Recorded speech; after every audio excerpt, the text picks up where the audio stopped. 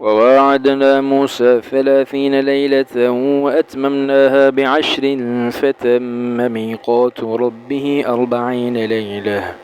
وقال موسى لأخيه هارون اخلفني في قومي وأصلح ولا تتبع سبيل المفسدين.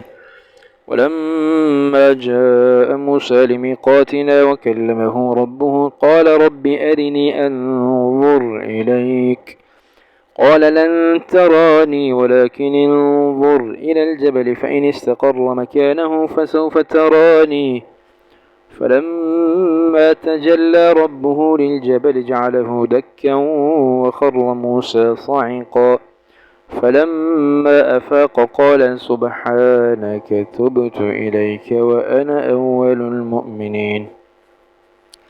قال يا موسى إني اصطفيتك على الناس برسالاتي وبكلامي فخذ ما آتيتك وكن من الشاكرين.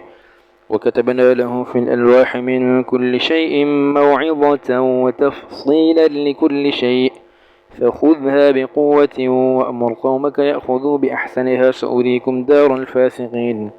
سأصرف عن آياتي الذين يتكبرون في الأرض بغير الحق وإن يروا كل آية لا يؤمنوا بها وإن يروا سبيل الرشد لا يتخذوه سبيلا وإن يروا سبيل الغي يتخذوه سبيلا.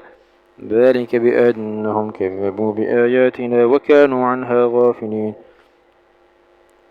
والذين كذبوا بآياتنا ولقاء الآخرة حبطت أعمالهم هل يجزون إلا ما كانوا يعملون.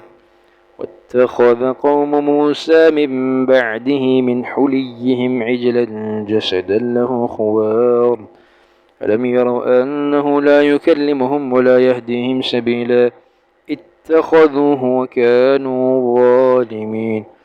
ولما سقط في أيديهم ورأوا أنهم قد ضلوا قالوا لئن لم يرحمنا ربنا ويغفر لنا لنكونن من الخاسرين.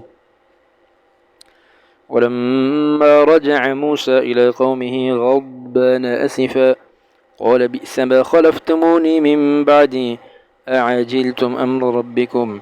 وألقى الألواح وأخذ برأس أخيه يجره إليه قال ابن إن القوم استضعفوني وكادوا يقتلونني فلا تشمت بي الأعداء ولا تجعلني مع القوم الظالمين. قال رب اغفر لي ولأخي وأدخلنا في رحمتك وأنت أرحم الراحمين. إن الذين اتخذوا العجل سينالهم غضب من ربهم وذلة في الحياة الدنيا وكذلك نجزي المفترين. والذين عملوا السيئات ثم تابوا من بعدها وآمنوا إن ربك من بعدها لغفور رحيم. ولما سكت عن موسى الغضب أخذ الألواح وفي نسختها هدى ورحمة للذين هم لربهم يرهبون. واختار موسى قومه 70 رجلا لميقاتنا فلما أخذتهم الرجفة قال رب لو شئت أهلكتهم من قبل وإياي أتهلكنا بما فعل السفهاء منا إن هي إلا فتنتك تضل بها من تشاء وتهدي من تشاء أنت ولينا فاغفر لنا وارحمنا وأنت خير الغافرين. واكتب لنا في هذه الدنيا حسنة وفي الآخرة إنا هدنا إليك قال عذابي أصيب به من أشاء ورحمتي وسعت كل شيء فسأكتبها للذين يتقون ويؤتون الزكاة والذين هم بآياتنا يؤمنون.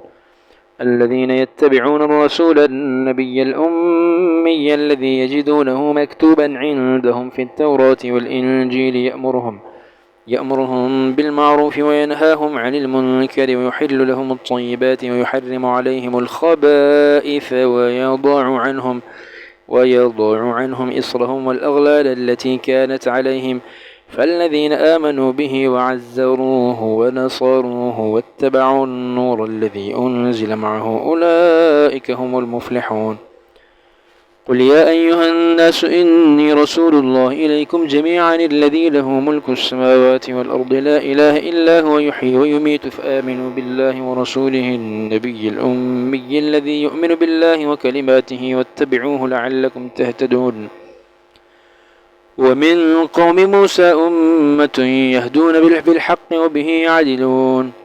وقطعناهم 12 أسباطا أمما وأوحينا إلى موسى إذ استسقاه قومه أن اضرب بعصاك الحجر فانبجست منه 12 عينا قد علم كل أناس مشربهم وظللنا عليهم الغمام وأنزلنا عليهم المن والسلوى كلوا من طيبات ما رزقناكم وما ظلمونا ولكن كانوا أنفسهم يظلمون.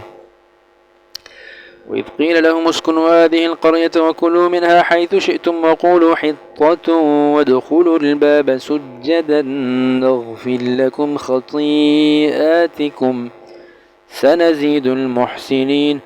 فبدل الذين ظلموا منهم قولا غير الذي قيل لهم فأرسلنا عليهم رجزا من السماء بما كانوا يظلمون. واسألهم عن القرية التي كانت حاضرة البحر إذ يعدون في السبت إذ تأتيهم حيتانهم يوم سبتهم شرعا ويوم لا يسبتون لا تأتيهم كذلك نبلوهم بما كانوا يفسقون. وإذ قالت أمة منهم لم تعظون قوما الله مهلكهم أو معذبهم عذابا شديدا قالوا معذرة إلى ربكم ولعلهم يتقون. فلما نسوا ما ذكروا به أنجينا الذين ينهون عن السوء وأخذنا الذين ظلموا بعذاب بئيس بما كانوا يفسقون. فلما عتوا عما نهوا عنه قلنا لهم كونوا قردة خاسئين. وإذ تأذن ربك ليبعثن عليهم إلى يوم القيامة من يسومهم سوء العذاب إن ربك لسريع العقاب وإنه لغفور رحيم.